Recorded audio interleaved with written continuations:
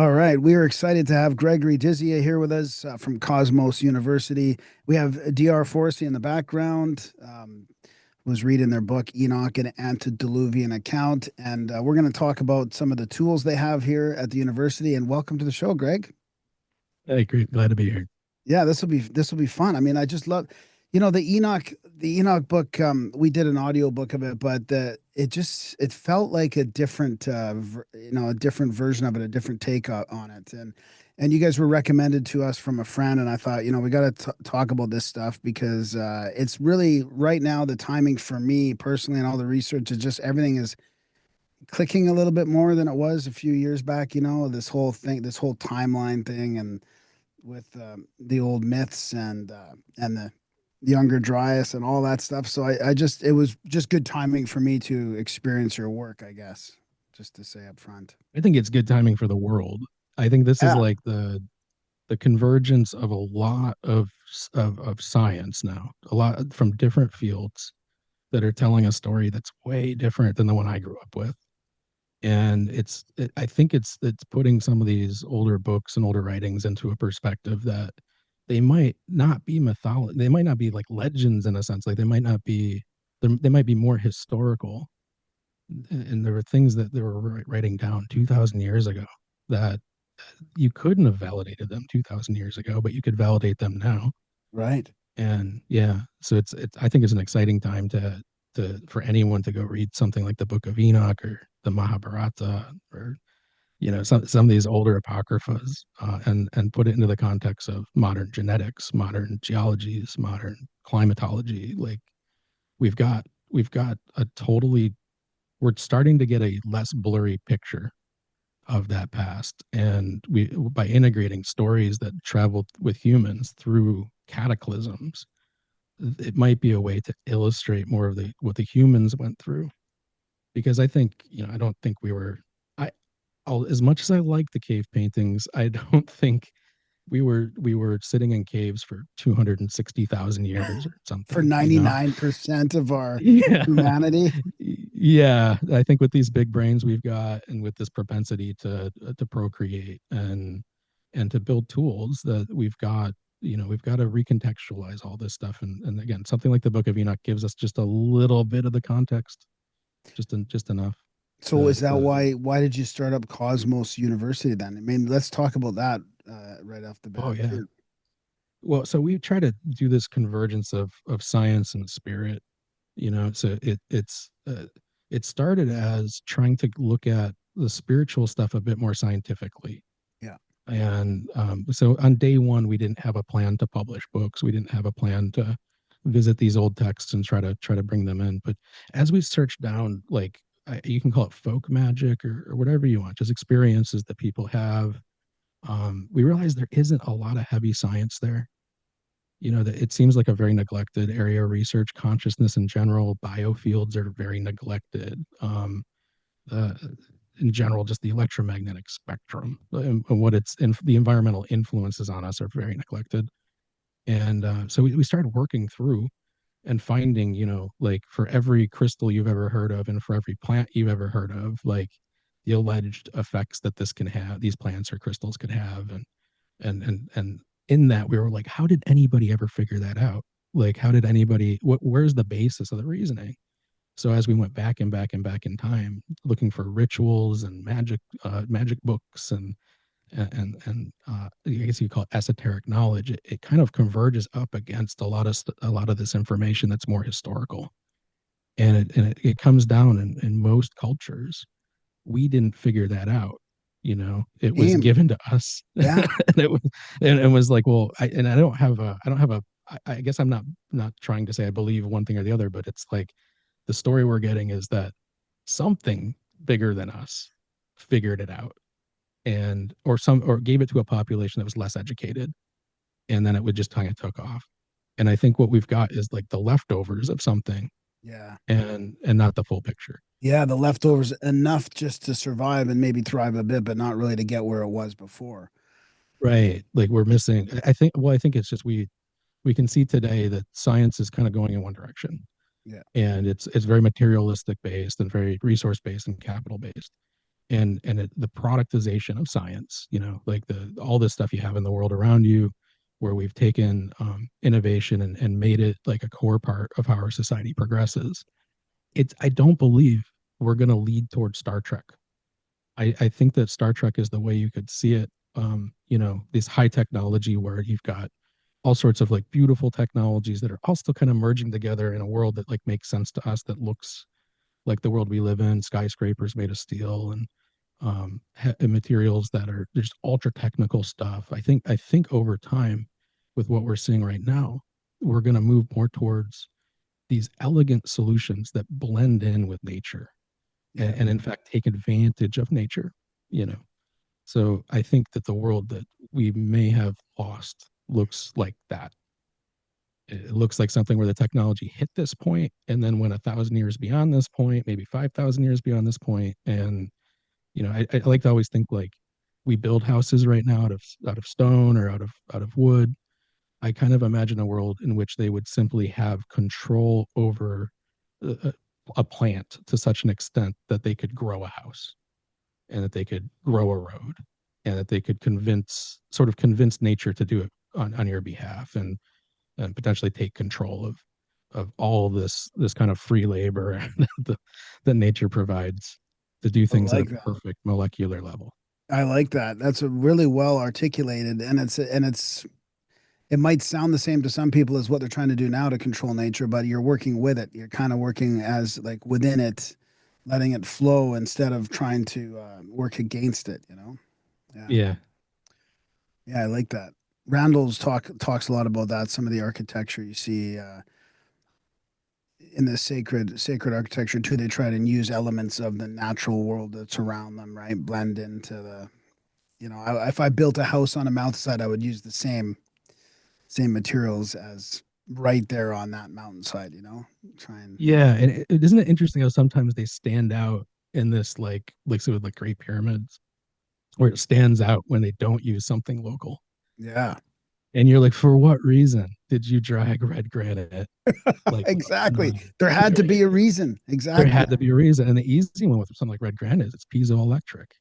It contains a lot of quartz, so it can convert electromagnetic waves into electricity. Like it can take radiation and ground it back out, and it can take sound and convert that to electricity. And electricity is a very important thing, right? I don't know how the ancients would have used electricity, but I think it's a good way to move work like energy from one place to another. It's moves at the speed of light. And once you have access to something like that, you don't have to use it for iPhones and all that kind of stuff. You can Right. use it for other stuff. Yeah, Healing even, yeah, right. Getting into the body, getting into the body's fields, and understanding how those are operating with our health. So then when did you start up with Cosmos University? Oh, it had to be 3 years ago, 2 years Okay. ago.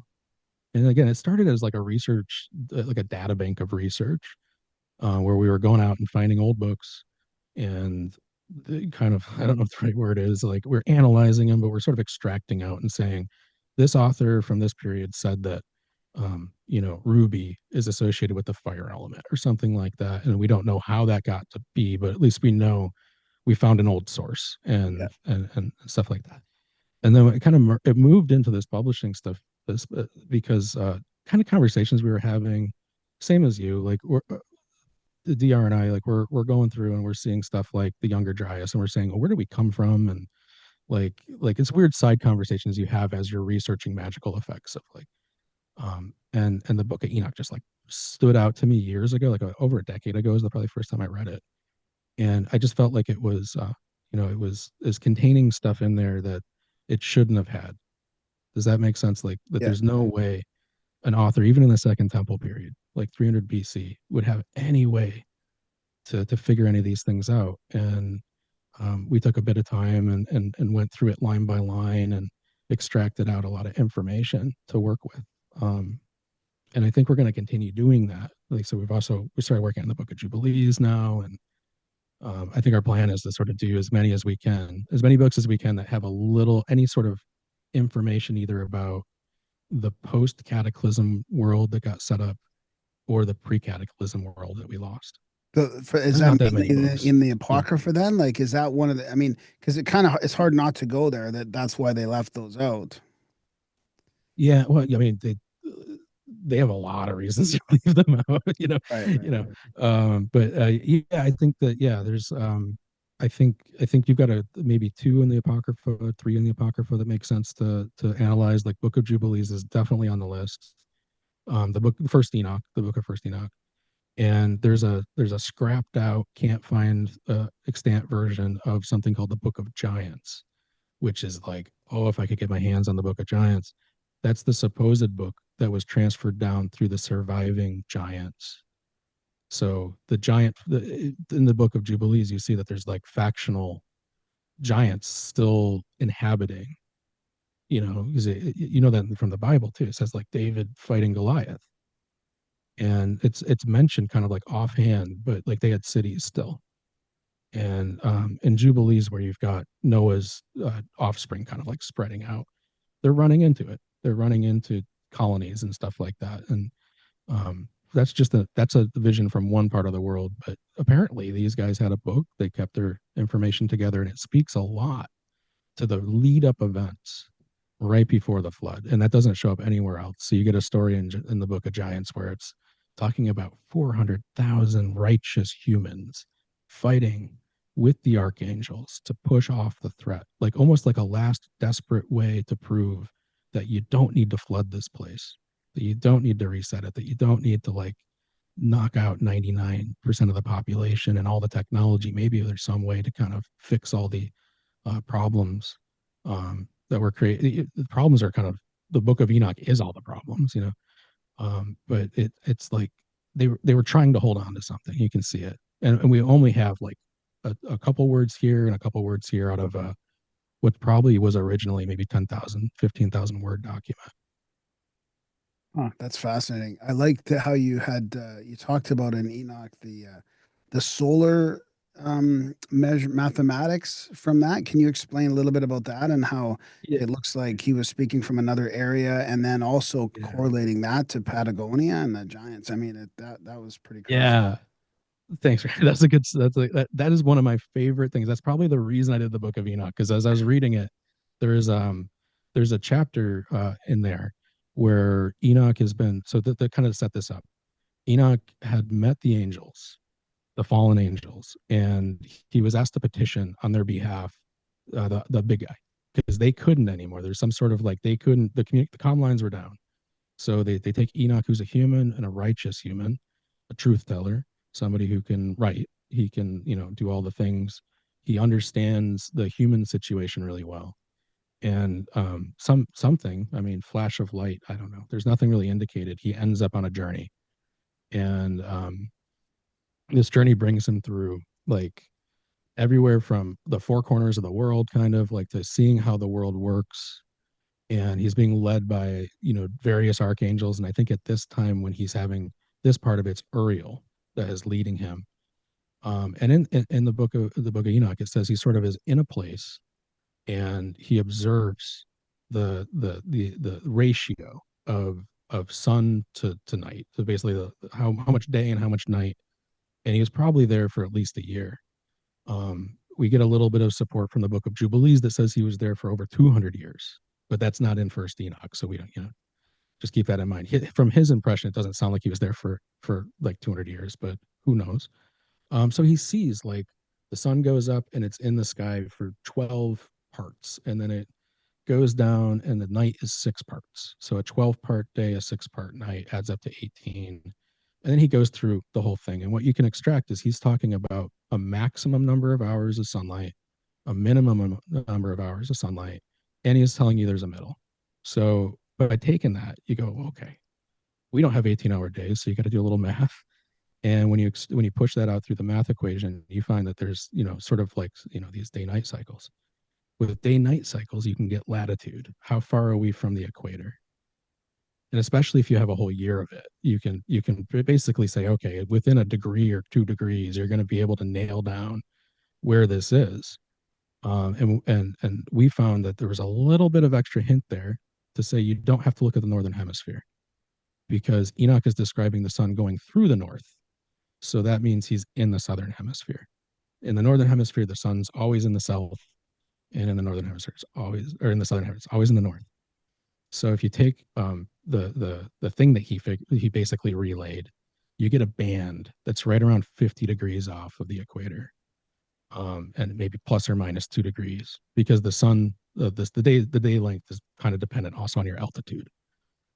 So we took that, we wrapped it around the globe, and we regressed it. We pushed the globe back to the glacial max, and we go, okay, where could he have been? And there's nothing other than South America. Nothing. There's nothing above water. So unless there's no islands that would have, been servicing this. So we started to home in on Patagonia as a place that Enoch may have been, pre-flood. It may have been a base in a sense, because you got to remember the context is he's working with an archangel, and that archangel is trying to show him the secrets. Some of the things that are, like going to help Enoch understand the gravity or size of the situation. And he's preparing to take Enoch to go see God. So that's kind of maybe it needs a little time, some instructions. But when you get to Patagonia, you go, okay, so where could it be? And so we looked into it. We found a legend that the Templars went down there. Like they landed, so we're looking at 50 degrees. They landed at like 45 degrees south on the eastern coast of South America forever ago. There's no record, right? There's a mound that's on the coastline right at the south of a bay where they put a fort, and it's been explored. And we were like, people are like, oh, just Templar markings here. But it's like, it's just ruins. There's barely even ruins, just pottery shards. And we know that they headed west and went to the other coast across the Andes and established in a place that's still there today called Conception in Chile. So they were on the hunt for something, and I don't know if they found it because they were a little too far north. And so we went for a hunt, and I went and looked through mythologies from the region, and the first one that flew out at me was that when the Europeans were formally going over there and trying to find a way to do a transit line past the continent, right? There's no way to get around the continent through the north that's reliable, so you've got to go through the south. And Magellan's down there, and he's like, he finds the Magellan Straits, because nobody really wants to go through the Drake's Passage, which is this spot between South America and Antarctica that's like tumultuous would be like a nice way to put it. It's like you, even in a boat today, you wouldn't want to be in the Drake's Passage. Um, so they're going down there in these expeditions to try to find this way west, and they're up near the shoreline, right? And when they're going through there, they're obviously looking at the shoreline. They're landing to hunt, like they're trying to explore what they can, but it's nothing but rocks down there.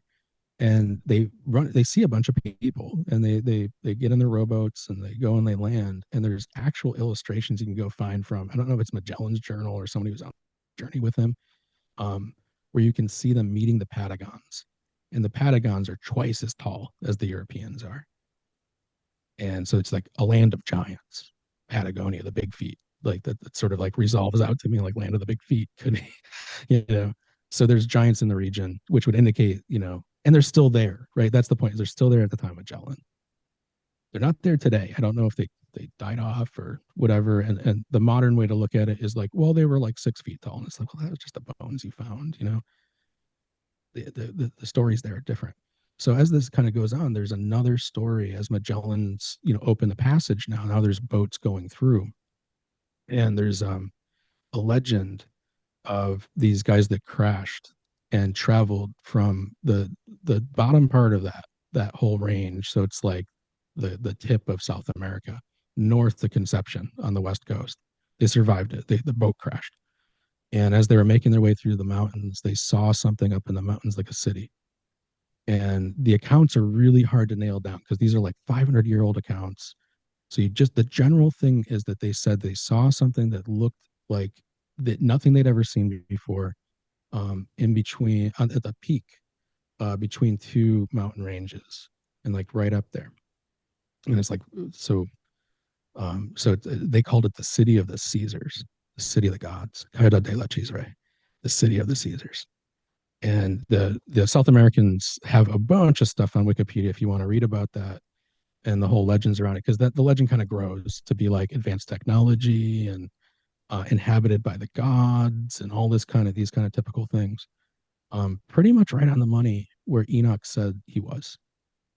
So we went and looked with satellite imagery, and we found a site, and we're excited about that. But I'm not like sharing it yet because I don't want anybody to go, like Traipsing I guess around I there. yeah, I think it's kind of one of those things you hold tight. We found a site that's it's pretty big. It's 100 meters or so squared out. That's one of the features. It's squared out and flat in the middle of the Andes. Wow. And yeah, and there's nothing there. So you're like, oh, it's because it's under 5 feet of dirt or something, right? And then around it, there's smaller, like maybe 30, 40 foot squared out things. So you're like, oh, okay, so roof's collapsed, right? Like that's what that is. That's something that was there, and it probably lasted a really long time. But as we know from like, I'm sure you're just as a geek as I am at looking at these ancient sites. It's like they don't the ones that we see today are usually reconstructed a bit, so they don't last as long as we want them to unless they're built out of big stones. Like Machu Picchu is reconstructed, right? And a lot of the Mesoamerican pyramids are reconstructed at some point, especially the ziggurat of Ur. The ziggurat of Ur was like a hill, and then they saw enough there to reconstruct it. So I'm not expecting to find like something down there that's fully intact, but I think that might be a really good place to go look Oh for yeah. yeah for something else connected to Enoch, which is a vault. So he there that's a that brings in like Freemasonry, but there's a story in Mackey's Freemason Bible that's like a Bible encyclopedia, where if you look it up, it's Enoch's fault, and it's essentially the story that they kept through their history of Enoch did exist, and before the flood, he hid away all of man's knowledge, and it was in a vault that's like they apparently never discovered. Like so, Matt, could you imagine opening up something like that? It's, oh boy, like there it is. It's all in Yep. stone and Yeah, right, exactly. yeah, There's the method of cyclopean architecture and all kinds of crazy secrets. And yes, there's your science and spirituality combination right there. So what made me when I was listening to reading that part of your book, I was wondering about what it made me think of is did the poles like did was part of that cataclysm like a pole shift or a you know even like magnetic or physical or some sort of crustal displacement thing like was that you know that area somewhere else before then. So I mean I guess what would your thoughts be about the pre and post Younger Dryas cataclysm and did the land change locations? Like Egypt seems to be, Darren and I have talked about this a lot. Egypt seems to be smack in the middle no matter what happens with that shift. yeah. It kind of needs. I think Egypt being there is like, yeah. So. I don't know if I don't know if Egypt was called Egypt the whole time, but it does that thing with Khufu's pyramid where you do the latitude, and then you go, well, I think that's there on purpose. When you see that it's the latitude is 29.9792 whatever, and then you go look up the speed of light and you go, well, it's that in meters per second. Like that was a pretty deliberate placement. But speaking to everything else, yeah, I'm not an expert on crustal displacement or any of that stuff. What I do feel pretty confident talking about is the coastlines. Like I don't know if we'll ever, unless we had a satellite in orbit. Like I think modeling could get us someplace on figuring out where the continents were, but without actual imagery, I don't know if it's like I don't know if the best computer model in the world can figure that out. But I do know we can do the thing of like there was a lot of ice on the planet, and that ice went all the way down to New York, Virginia, Pennsylvania, and it's not there anymore.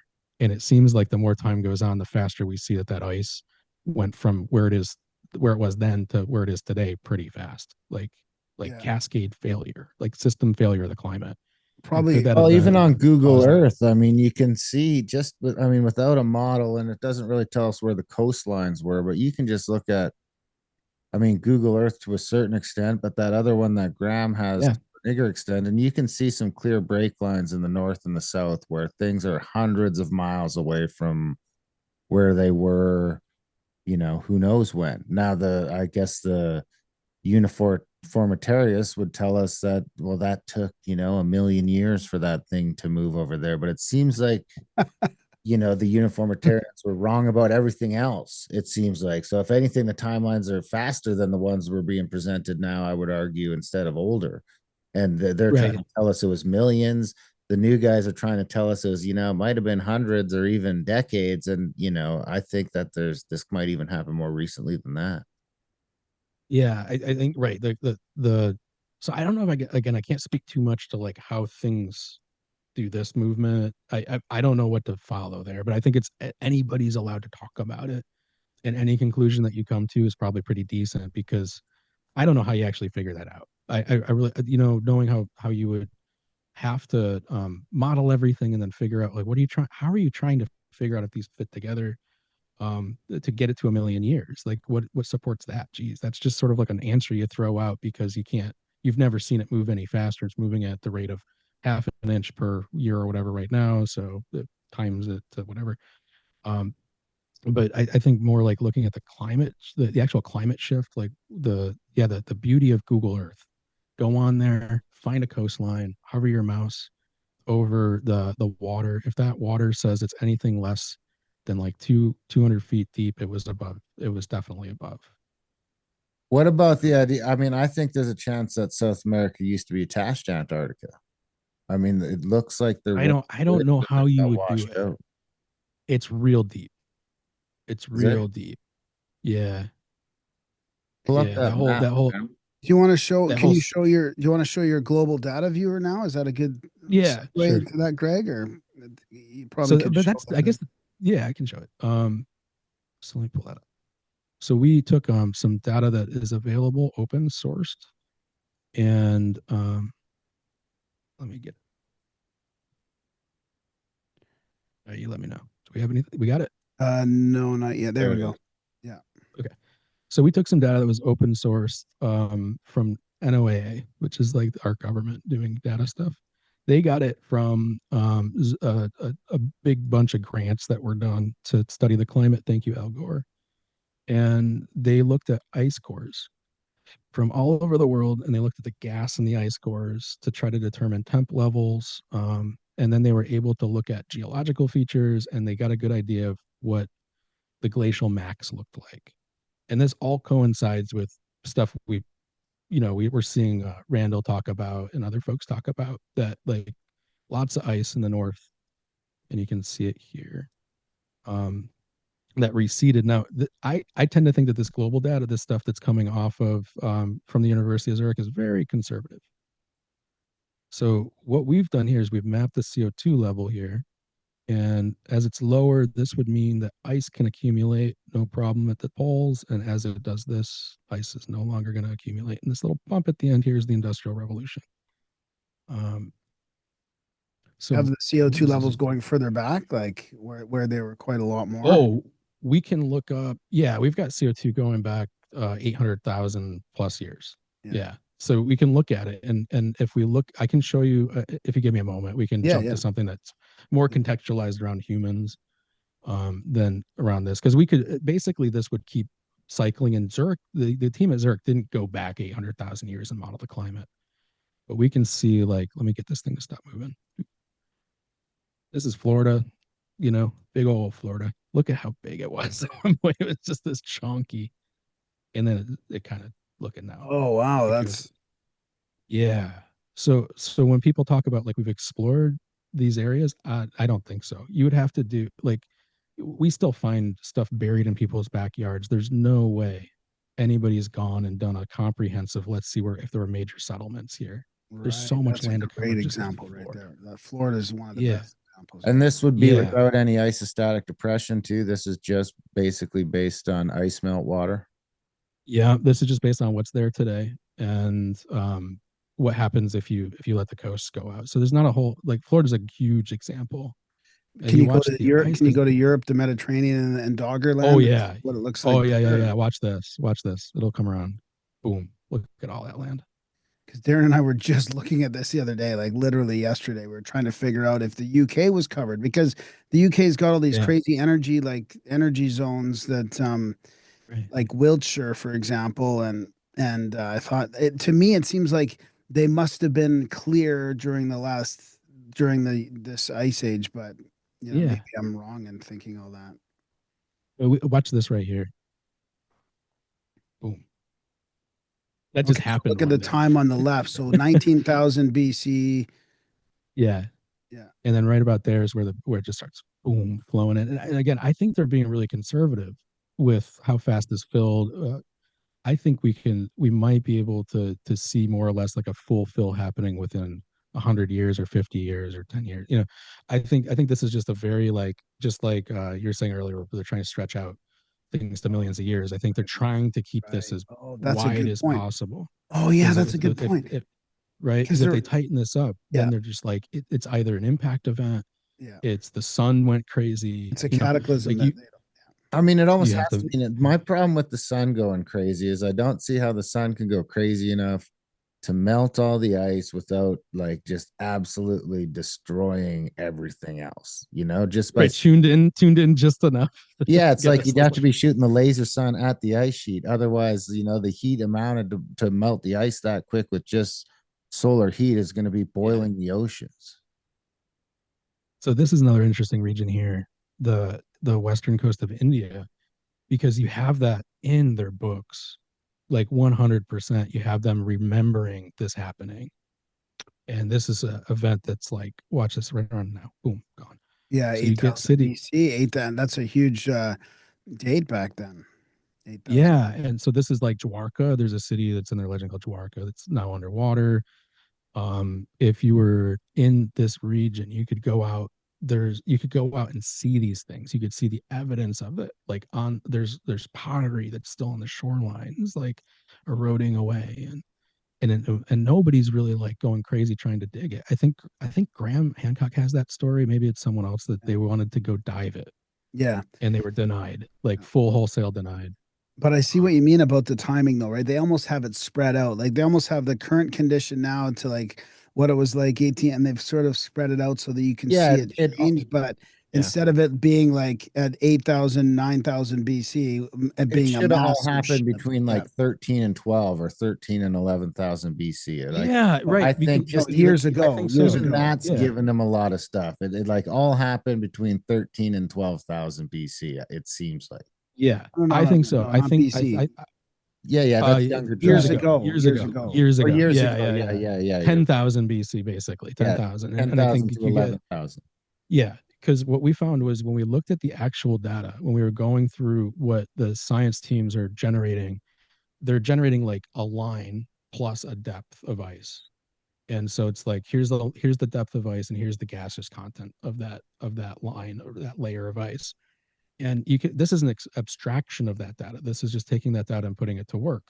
But as you look at it, there's one area where you go from this line to this line, the gas has changed a ton. And so we went out and Ah, looked for opinions based on that. And there was a team out of the University of Colorado at Boulder a long time ago. This wasn't like recent, but 10, 15, 20 years ago, they published out and said, yeah, we used to have a thought that this was thousands of years, but in one jump period, we saw 20 degrees Fahrenheit and wow. global. And you're like, what would that do, man? If the measurement period is like, they're thinking it's like a season or something like that. So imagine next year that in 2026, what's the temp out right now? It's like 80, 85 degrees here, maybe 90 degrees here. Imagine if it was 105. 115. Yeah. Yeah. Well, I can look Yeah. at just looking at your chart here, you can see when it happened, right? I mean, when it enters the Holocene epoch, something Yeah. really changed. Something changed in the atmosphere to stabilize it to a level unseen. Oh, that's a good Yeah. spotting right there. That where the CO2 levels off there. Yeah. Yeah, that's when Yeah. it was. Yeah. 10, and it's right at Now, 10,000 BC. That's just what you're saying. yeah. Wow. And What and about the so other we could data layers there?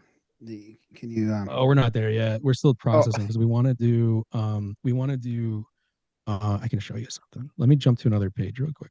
I yeah, can sure, show sure. you another we basically created an art piece with this website, but one of the things that we were able to pull to was the number of sites that are basically considered ancient sites. And this is a little bit hard Oh, to see, but we want to wow. layer this in plus Holy shit, that's awesome. pretty cool, yeah. And so 43. these So are you've got 44,000, over 4,000 ancient sites on here. yeah, yeah, and like this is everything that I think everything on this list has to be older than 500 BC or something like that. That's the Okay. Yeah. condition Yeah. that it That has to makes be sense. Yeah. by the archaeologists, Yeah. them saying it's older, Right. not because I think they're a little conservative too. Yeah. So we Yeah. want to layer this in at some point, and we wanted to try to take an estimate at population because nobody has like none of the major demographic modeling companies have gone out and said we think we know what the population was even at 10,000 BC. We only have two of the major research groups saying we think we know what the population is there. So we want to take a stab at that and then use the genetic bottlenecks that we see to extrapolate out a better number for the population before the flood. The one that we're kind of comfortable saying is there's probably at least 500 million humans, and then that number in that event reduces down to 1 to 10 million. And then I mean let's pull up a chart here. That's a great little thing. I mean, I'm looking forward to what South America is going to show, because that's where all the stuff is buried that aren't really even officially discovered yet, right? I mean, if they find a whole bunch of ancient stuff in the jungles, I mean, that map will completely change, right? South America will become red, and along with a lot of probably Asia even, and yeah, Yeah, and with lidar now, and you can see under yeah, the surface, that's I think there with what lidar has shown us is there's sites everywhere. They're yeah, exactly. everywhere. We've missed so many of them, and that changes your idea of what the population is quite a bit. Yeah. you know so I mean, this is our story of humans here on this page. So this is like, if you think about climate stability, this is pretty stable here, this is pretty stable here, this is pretty stable here. But look at this, the same thing happened That here. looks like a you know cycle. Yeah, yeah, that's a yeah, cycle. look at this, it just Hundred, keeps going. 100,000. Yeah, somewhere in there, yeah. And it's like I don't know what would cause that, but it's here in the data. And what I can imagine is that from this line right about here to here, so it's like, it's like half an inch on the ruler of humans Oh, being here. We went from 1 million people to 8 billion, just like that. And like, look at the scale. So if we ever at any point before this got to 1 million people, do you see flat areas where the climate was stable that we could have, what I mean, like predicted society? I think this one's pretty good right here. Yeah. And You know what down I mean? below Like, that so, too. I mean, right down there is not bad, that whole area. yeah, but also what it's telling me is that there's something natural going on, and that peak that we're at today is going to come down. Like it yeah, looks like we're right at the spot where yeah. it's going to come down. And you know what we realized when we were doing the research too is this peak here. This is like the industrial. This is really just the Oh, last. I didn't see that peak. Okay, Oh so yeah, it does this right at the very end. Yeah, yeah. yeah, But okay. it's like that is in a way, it could disappear from the record. Yeah, Like it's a weird thing. It's like if you're back this far, like it's these such an 300,000 year anomaly ago that it could just, numbers. yeah. Well, it's just that the ice would get, if we're looking at the ice record, yeah, it's essentially like it would just never, it could be missed in the measurement period of somebody going and pulling ice cores, because it's happening in this little 50-year window. And when you're back 300,000 years, they're not seeing their guesses on how many years ago it is from layer to layer is going from like, okay, this is 100,000 years ago, and then the next one is this is 100,500 years ago. So it's like they're not resolute at that point. Everything's compressed in, and they're just trying to they're thinking they're close. So yeah, there's a lot of chances in here for a big old spike to show up, and then for an environmentally conscious society to go clean things Well, up. doesn't it always have to show up you while know it's making ice? What if it's not? What if it's like not in ice making mode when the spike happens? Like, is our current revolution, industrial revolution? well, What ice scores would that show up in? and right now, like it Yeah, would let's say be we went. surface Let's say in surface 100 layers, I years guess. we go back into a new ice age. Now, like, does that CO2 that we've spiked in the atmosphere over the industrial revolution Does that say stagnant over that period and settle into the ice? Is it settling into the ice right now? Because the ice is sort of Right melting now, away right now. right now, So the stuff right now, that's it's settling. entering it Yeah, is melting away at the same time. yeah. So You got how the do right you mindset even that like the data how could do you maintain it? simply go Data missing. could simply go away just because for a hot Yeah, summer. yep, yep, yep. That's exactly the way to see it. That we don't have. We've been told there's a very clear picture here, and there is not. There's no. I've read a lot of different stuff about people saying, well, if there was an industrial revolution, then you would see elements of ferrous materials in the atmosphere that would land in the ice, stuff like that. You don't know that. You don't know if we just went about smelting stuff the dumbest way possible, or if we just Yeah. went right creating energy the dumbest way possible. We Yeah. could today we have solutions that would completely stop the emissions of anything for generating electricity, and we are not doing them. Yeah. We're not. It's like what? Well, maybe they did. Maybe they had a little bit. maybe But no, maybe that's this a is the really good first point though. But time. You know. because you're our exhaustion way of creating energy could be like a blip. In the end, it could just be a blip. That's how we first kind of came into the Yeah. industrial revolution, but it changed in 2025 to 2035 when we started using, better technologies. It could. Yeah, yeah. And I think we've got like right now, to me, it feels like we're passing the buck off to the next generation Yeah. because you're going to take an immediate economic hit when you do this. You're going to shut down industries that exist. You're going to have to put people that have been spending their whole life trying to figure out how to get oil out of the ground and say maybe we don't need to do that as much. And so you're going to have to change the entire way the world works.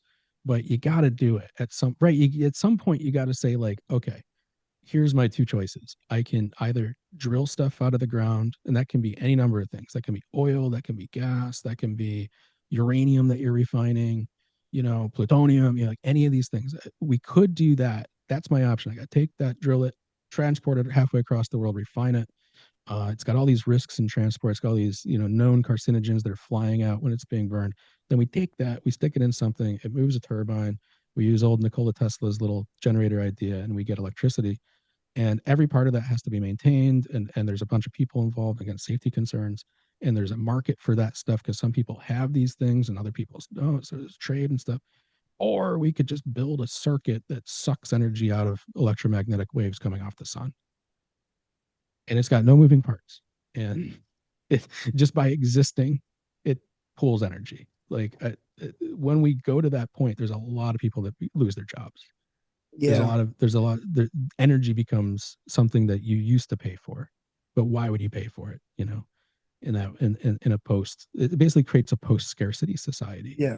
And then all of these other questions you have about like, are we polluting, they become less of a headache to solve. Like if you say, oh man, it's a headache to solve pollution, like now it just becomes, well, we have all this abundant energy, it becomes cheap, free to go out and get all the plastics out of things. And I can just imagine a century dedicated to conserving the world and reverting it back to a place where it just feels like we aren't, um, leaving a messy room everywhere we go, and Like spreading like, yeah, you're tuned with without, nature yeah. instead of like yeah. Well, what was that void there that you Oh, the void is where we see there is a emergence of human around 300,000 years before present, which is just around fairly that. fairly new too, right? Didn't it go from 200 to Yeah, 300 not too long ago? yeah. Well, it's going to bounce around a lot because it's there's no way to know. You use radiometrics, you try to anticipate the way that something is decaying, and although it's not easy to make something appear older, there are things that can happen that can reset that dating a lot. So it's like they got some material out of a cave in Morocco, and they got some bones that look about right, and they're thinking it's this old. And now there could be another cave they find that gets it back even further. There could be, you know what I mean? So yeah, the numbers they move, but they're moving kind of back towards at this point 300,000 years. So we're kind of thinking if humans were there and the population was likely big enough to the point where they were exiling people to caves or whatever that was, that there was enough of them that you find one in a cave. Because how many cave bodies is a population of 8 billion generating right now? like like how many people die in caves every year? I don't know. but probably Not not zero. not a whole lot. Yeah, zero is probably the average of the median. Yeah, yeah, yeah. So we think there's a fill-in period from there that we call the void. There's nothing good to go with. There's the only place that you're going to find evidence of anything is in things like the Sumerian Kings list. And so we have this thing from the Sumerian Kings list to fill in for that. That because they nailed down the dates.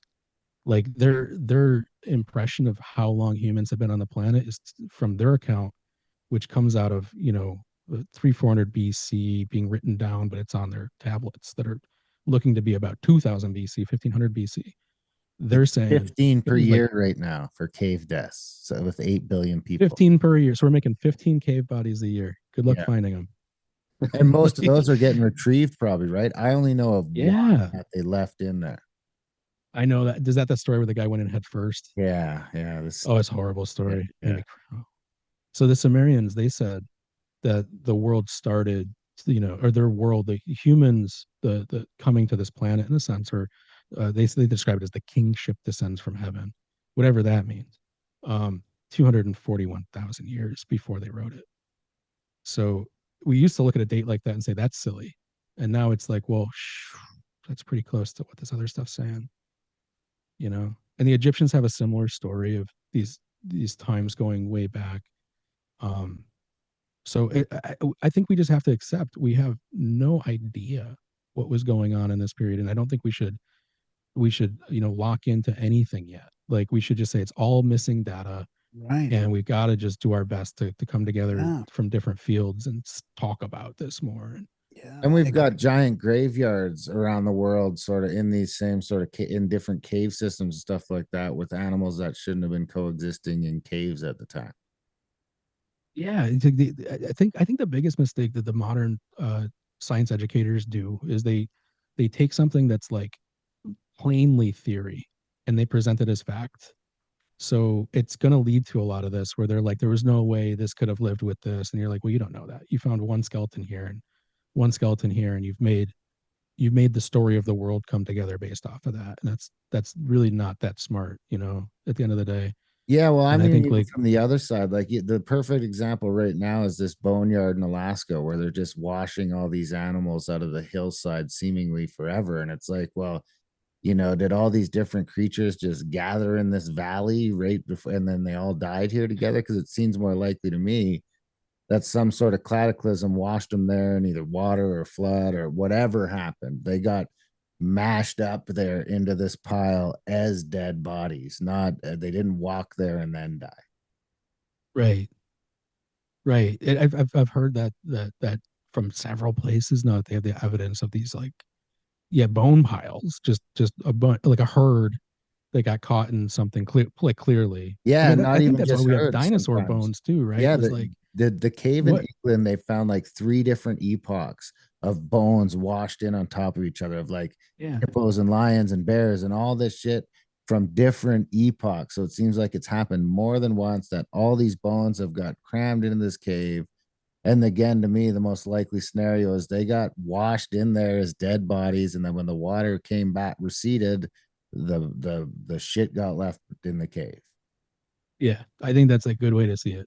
I think the whole idea of calling like early humans to like cavemen is just like, nope, no. Why in the world would you really invent the world where humans don't go out and make spears and just start pushing, like taking vengeance, right? You lost a kid to some like cave bear, you're gonna go kill that bear. Like that's just how humans are. Like we eliminate threats by nature. Like and we group up in five of us is like five humans is a name an animal that five humans couldn't really mess with. If so it's I think that the nature of cave people or whatever. I think these are either people that like were in exile and that's a makeshift prison, or they were explorers, like they were just trying to go see what was in a cave, or like this the thing you said is like perfectly put is like they could have just simply washed in there. Or they were They could have. hiding underneath because of these cataclysms. I mean, when in Ignatius Donnelly's Mhm. book on Ragnarok, he talks about all the examples, all the myths of people that hid in the caves when the sun went down. Like the sun didn't come back, like there was a massive cataclysm and they had to go underground or hide in caves. and they have tales of them coming out of the caves and first like trying to figure out if it's okay now to come out, if it's light enough and the sun coming back. And I mean, it's not just one, it's like mythologies all of these cultures all over the They found world. safety in there. Yeah. Yeah. Yeah. Yeah. And I think the bunker idea is pretty smart to look at A too. bunker idea. Yeah. Yeah. Yeah. Like Speak. it's too scary to be outside. There's a little bit of evidence that, like, I just read a paper that they think that the red ochre, that stuff that you see, like the paint on the walls, that it was like used by humans like as a coating because of solar events, and as a way to kind of like a makeshift sunscreen. Wow. Yeah. Interesting. So if going outside burns, staying in a cave might be the only thing you can do. Maybe you can't even make it back to your house. You know. Yeah, because who knows what's going on with the atmosphere at the time and all this stuff. I mean, if you Yeah. have these massive cataclysms, everything's fucked up. So, speaking of Donnelly and all that, I mean, one of my sort of latest sort of theories is after reading all these books from the 1800s and the early 1900s, is that this kind of they were almost more on our page than the modern 20th century scientists. Like so something changed. And Randall says it's in Mhm. 1978 when they came out with this paper about Atlantis to make excuses for basically the geology doesn't match, but they threw away all the other correlations with that. Like there was a concerted effort to in the late 70s basically to get rid of this whole like Atlantis type theory, this ancient civilization theory, because to me all the researchers in the 1800s, I mean, even the theosophists and some of the other researchers just admit they knew that there was these cultures Yeah. that were there There's books coming before the out about ancients, Mu before and the ancient. Lemuria. Yeah, Yeah. yeah, Yeah. And yeah. you have Casey, who's like doing remote viewing essentially to explore more. Yeah. You know what I think, this is going to be like opinion hat, but what I think could have happened is that so in the 1800s there was like this total resurgence in archaeology and um, going and finding things and seeing the wealth that these people had at one point. I don't think anybody expected like Tutankhamun's the tomb to be full of billions of dollars of gift stuff, basically. And I think that may have may have done something, that maybe stuff was found that we've never found out about because it's alluded to, right? Like it's like there's stuff that is, if you plainly read um the Egyptians' own accounts. And if you learn how to translate just a little bit, you don't need to learn how to translate all of Egyptian, but if you just learn a couple of these key hieroglyphics and know that that is like their word for magic at a distance, and know that that's their word for remote viewing in a sense, and that they're describing things, when they describe magic, they describe it very literally. Like the glyphs themselves tell the story. You don't worry about the words, just look at the picture and try to see what the picture's saying. You see that they had like an understanding of what they would call water, or what we would simply translate as water, but it's an up and down squiggly line, and they use it not just for water; they use it for all sorts of things that are wave propagated. And it's like, okay, so if they knew that, do we have anybody else saying that they had magic? Yeah, the Hebrews do. The Hebrews are like, yeah, these guys have magic. And and you see, do they have any depictions of devices? Yeah, they have devices in their hands. They have things that they like very very clearly are associated with like controlling nature, controlling humans, doing crazy stuff, living forever. Like, did we ever find one of those items? No, we have not found a single ankh. We have not found a single Waz scepter. We have found no Jed pillars. So these were primary things that they would Wow. use over and over again, depicted with their pharaohs, with their priests, and we haven't found one. And even And it might Zahi be Hawass believes yeah, magic, believes in he's got magic one. in Does he the have Egypt. one? Like, oh yeah, magic is real. Yeah, well, I think it was a way to describe something. Like their word for magic is heka, and I think that becomes the modern hecate, like that Hecate. it gets transferred up, right? And ka is a word for like spirit or life force. Like it's interesting, but the h symbol, the heh part of that, it looks like a twisted strand of something. So you're always gonna. It's like this thing on the top. I might have it on this page, but we'll have to dive through. Um, but it's a twisted strand that just moves. It looks almost like, I don't know, DNA or something. And just apply this. Whoa. Yeah, kind of. It's a little light, but this would be Hekara.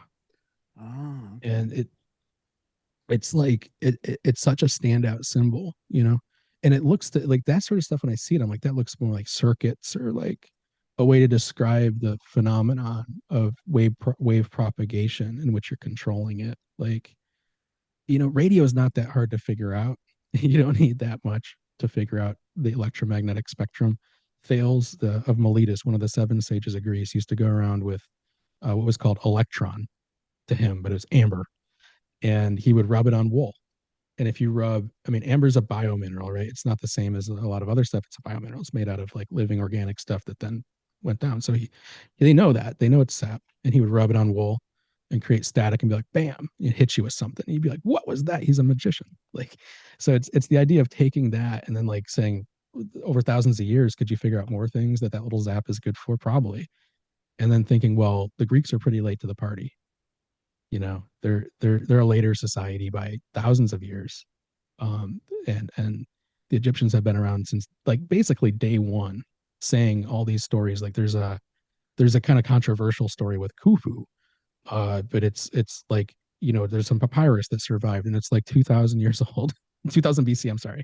It's like 4,000 years old, and it's talking about this story where somebody comes from a city that we don't know what it is, called the Jed of Senusret or something like this. And it's a village or a town called Jed. And there was a person from there that called themselves a Jedi, which is like George Lucas stuff, right? But he could perform miracles, like, and he was showing off what he could do.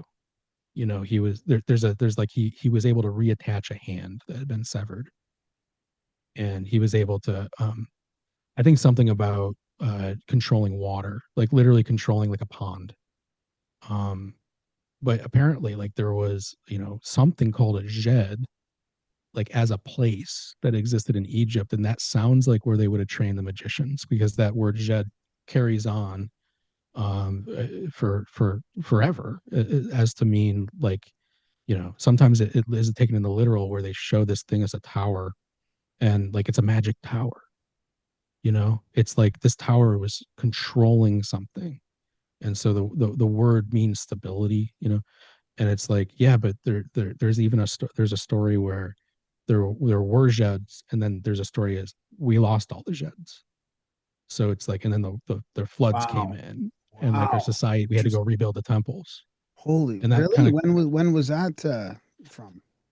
of Which Middle one? Kingdom, New Kingdom transition period. Oh, wow. Yeah, so it's like, yeah, Atmos the first writes about it. And like, so Atmos of the first is probably the most likely candidate for well, I would say maybe not the most. There's one or two right before him that are in the intermediary period, but like the one of the most, probably very likely, uh I know Amos is pretty likely that he was the pharaoh that went after Moses. Like, it looks to be about right. Like, the stories check out. Like, he led an army of like a bunch of people out in the middle of nowhere and came back, and like they built a bunch of temples and stuff on the way back, saying we conquered these lands. And missing is the story of, and all the people left. But he's the guy who shows up right after the second intermediary period, in which the Hiscus is what they called them. But the Hiscus is just an alliteration of a term that meant shepherd king. And the it tells a different story from the Egyptian, basically, that they were, unlike in the Bible, where it says they're the Joseph and all that to Moses is like a short period of time.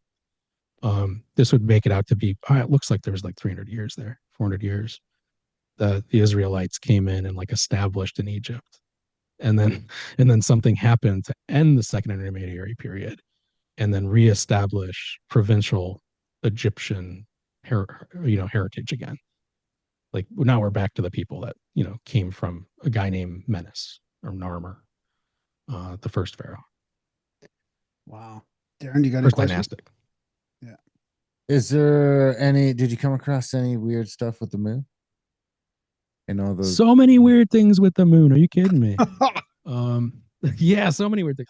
We have, good thing we kept screen sharing. Hold on. We have this little crazy thing here, which is like, let me see if I can move. Yeah, I can. Okay. So check this out. This is the electromagnetic spectrum. And this is sort of like, if you can imagine particles coming in from the cosmic sources, this would Okay. be this stuff, you know, this here represents our atmosphere. And so between certain wavelengths, our Oh, it atmosphere comes through. pushes all this stuff out. Nothing gets through. Everything that hits here is getting broken up or whatever.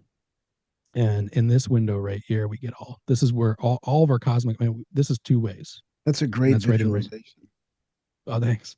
Yeah. So like this, if you're broadcasting, it's going away from the planet forever. If you did this, if you had like an amateur radio off into space for billions of years, and also the other way. So we were looking at a lot of different scientific stuff. So if we focus on the moon, we did this little diagram here to show the moon in orbit around Earth. It's up here, this little part. And there's a great paper that was out by Michael Bevington, who he did some experimentation. He had an RF meter that can check voltage levels in atmosphere, and he put it up like a meter above the ground, and he measured like every single day, every couple hours or something like that. And he took down over the course of several months measurements. Then it showed that the atmospheric voltage, which you can easily measure, it goes up by a factor of like 20 to 40 depending on where the moon is, because we'll just adjust them. So you see this was that Ellery? It was the phase.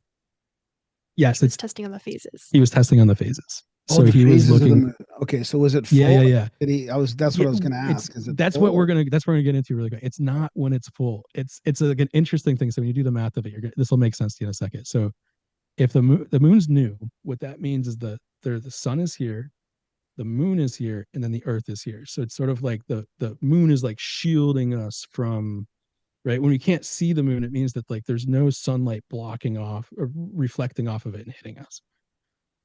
And by the way, there's nothing in space to stop that stuff. So it's like if it's bright, it's a problem. So if we adjust it back here, we put it directly behind, this will be a full moon. You can watch as the particle density increases. And this would mean that as it's in the full spot, yeah, obviously there's more EM hitting us, because it's like not only is EM hitting us from the sun side, it's hitting the moon and then banking back into us. And also when stuff hits the moon, remember we talked about piezoelectricity being like this thing that can convert the electromagnetics to electricity, right? The moon is covered with piezo material. It is covered with SiO2, which is quartz, powderized quartz. So it's so electrified by this stuff that there's like, you can go look up these little accounts that people have that have landed stuff there, where they put a lander down and the dust suspends in the static like 30 feet in the air for days. That's how much static there is. If you ever seen that much static, like you would realize, holy crap, like that's a lot of electricity. So we get this at the full moon, this like density, but watch this as we dial it in right to the corner here where it's at this angle. It would be like 3 days before the full cycle. Hold on. She knows the names better than I do. Waxing gibbous. Waxing gibbous. The density will go up even higher based on Bevington's research. And so what he proposed is that what's happening is at the waxing gibbous, and is it the waning gibbous? So it's 3 days before the full moon, 3 days after the full moon. The moon's in a spot where it's bouncing not directly into the back of the planet, but in at an angle, which you see this thing in the corner. Here's the magnetosphere. So it's basically in this little tail of the magnetosphere that's weak, and it's just pushing up the back door. And then in his paper, he also then goes on to cite like 50 other papers that have been trying to figure out why it is that we have basically like these longer circadian rhythms that are mapping at 30-day cycles, 29-day cycles, and looking for a mechanism of action. Because I don't know what people were thinking of dismissing this, but it's like, yeah, no, there's a voltage jump, once a month that's telling that your cells are listening for. And then when that happens, they're replying to it in some biological way. And sometimes that biological way is maybe they add a little chemical and a woman menstruates. And sometimes that biological way is maybe they add a little bit of extra protein somewhere. And when that extra protein gets added 6 times, they migrate, or they do something of that nature. Wow. So So when does it, is it on the waxing gibbous where this happens? the waxing and the waning gibbous. And that's yeah, and both after a full moon or angles. before a full moon? The waxing. Both. Both. So So twice in his research, he saw twice a month. yep, Yeah. twice a month. But it's kind of it's kind of like it's up. It spikes really high in a very short period, and then the level that it maintains during the full moon is way higher than any other level other than these spikes, and then it spikes again. It's almost like a blip heartbeat, and then it goes flat. And then it goes down. back. Okay. Yeah. That's fascinating. Yeah, that's cool. Yeah. And it's not only that, there's another orbital thing out there that really super affects us, and that's Venus. And so we do the same thing with Venus. And you can see it like Venus. So think of Venus as it's larger than the moon.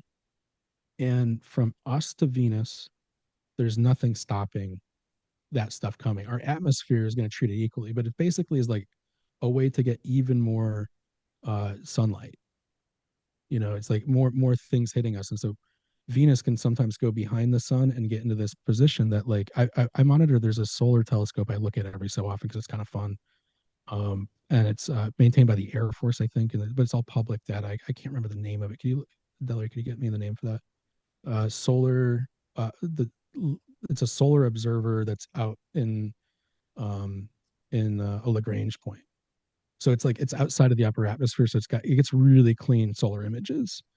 And if you ever watch that thing, you'll see that they've had to put a corona spot, something over the sun, because they're really just looking to see what's coming past the sun or coming off of it towards us. So you can see particles moving this way, and you can also see them go the other way, which is wild. Like you can see, like I don't know how what's sending it back, but there's stuff sending it back. If Venus gets into that window, Venus blows out the sensor sometimes because if the sun flares, it'll go towards Venus, bounce off Venus and fly at us and then fry this camera out for a couple of frames. And nobody talks about how big that influence is. Right. And how weird the sun it's the reflection and not just a blockage. Like, yeah. And Venus's atmosphere is so charged with electricity that we underestimated it. And there's a Japanese team that sent a probe out just a few years ago, and when they measured it, they said, "Whoa, we were off by like a decimal point or two, like of how much energy Venus is holding as electricity at any given moment." Wow. So we are in the female aspect. Oh, wow. No. Yeah, well, Mars has got nothing. Mars is just way less. Mars has got a numb, and Venus is full of electricity. Yeah, covered with scars and yeah. So I think the solar stuff is just it's such like a I don't know the solar system itself. It's like if we still don't understand that, and that's physics. And those are pretty basic things you'd think right now. And we're still trying to get it across, right? That like Bevington did a good job of saying, hey, biology is like directly tied in here. And I think, I still talk to people that say there's no biofield. And I'm like, what are you, nuts? Like, we are shooting photons off of us all the time. Like, have you ever felt heat? Heat is a photon. Like what do you think? What do you think? Heat's some other magical thing going on? No, it's photons doing photon things, and everything on the spectrum here is photons. Right? Man, like we should do this again. We should do this again and get into some of the solar system mechanics. Oh, we totally could. Yeah, it'd be fun. Yeah, for now we better wrap it up, though we do have another show coming up. What Greg, is there anything to wrap up this show that needs a cap on it or that we didn't get to? Well, I don't think so. I think we could there's always more to talk about with Enoch. And I think the one message I'd have for people is try to read it. If you're interested in ancient history, it's one of the easiest reads. Yeah, it's really fun. It's fun too. Yeah. Yeah, like page by page. That fresh feeling, like. Yeah, it's pretty well preserved. It's I think our guess on it is it's 10,000 BC is when it was written, 10,500. But the paper version we have, it's one of the oldest books we have on the planet.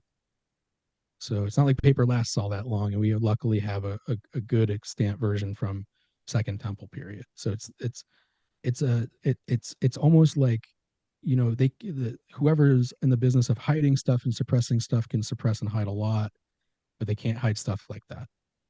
Things that globally available knowledge like that's not going back in the bag.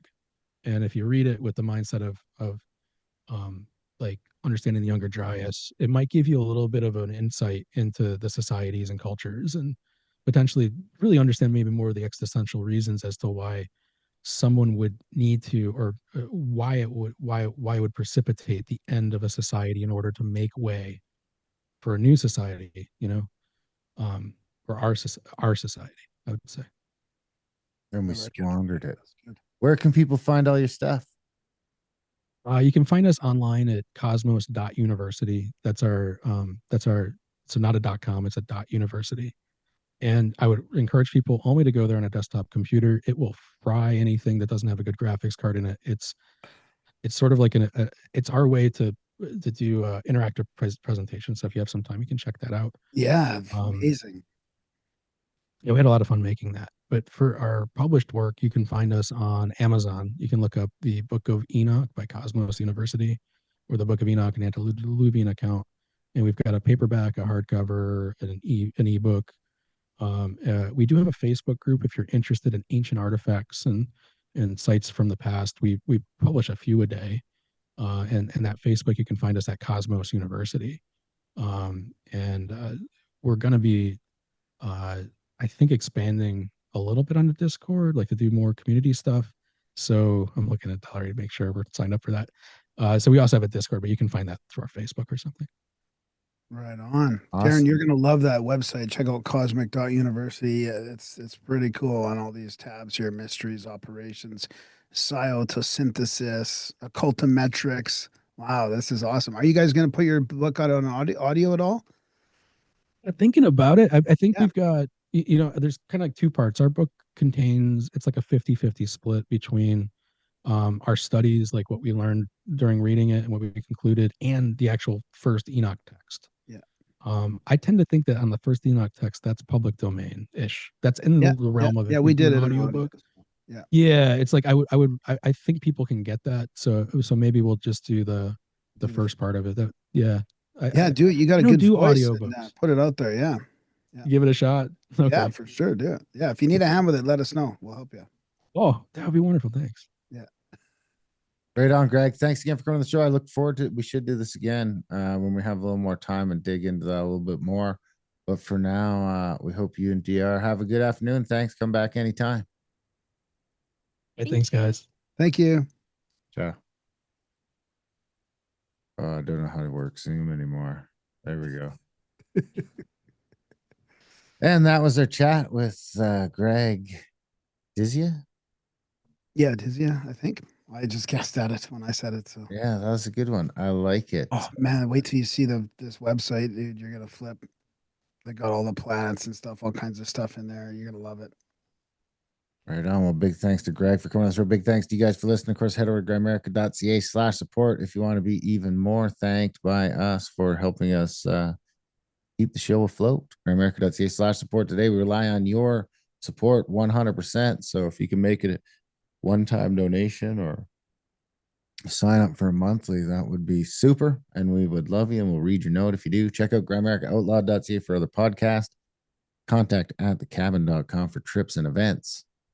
And adultbrain.ca for audiobooks, ebooks, print books, and publishing your book if that's something you want to do, or make an audiobook with us, whatever you want to do. GrimericaCBD.com for gummies and tinctures. Other than that, we love you guys. Thanks for listening, and we will see you next week.